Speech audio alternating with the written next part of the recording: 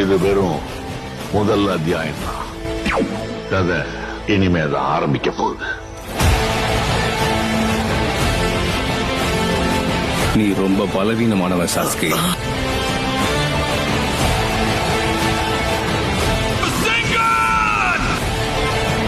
உன்னோட கதையை முடிக்கிறதுக்கு தான் நான் வந்திருக்கேன். இந்த உலகத்துக்கு வலிமை என்னன்னு காட்டுறேன். உனக்கு இன்னொரு விஷயம் சொல்லவா? நீ எப்பவும் ஜெயிக்க மாட்ட. வெளியே வா நைன் டெய்ல்ஸ். பரவாயில்லையே,